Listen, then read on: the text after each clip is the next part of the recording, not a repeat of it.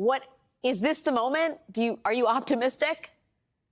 I mean, no, I'm not optimistic. And the reason I wrote the column was not because I actually think that this is likely to happen, but because it's what should happen. And it's actually more, I think, a more reasonable ask than what we heard from both Republicans and a lot of pundits in the last few days, which is why didn't Democrats save Kevin McCarthy? There's been a lot of hand wringing that kind of Democrats didn't step up and save this speakership in exchange for a very explicit guarantee of nothing whatsoever.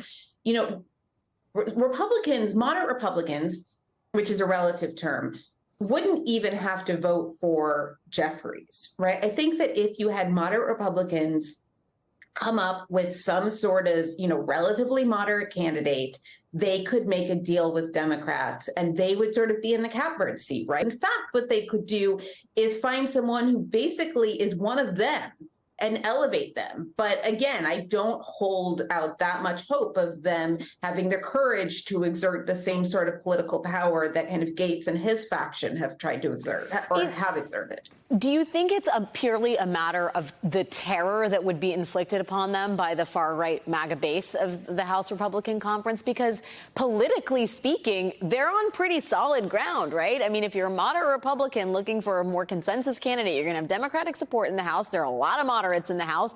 And like when you go back to your Joe Biden-dominated swing district, it probably works out well for you. So is it just the threat of the tweets and the Fox News hits?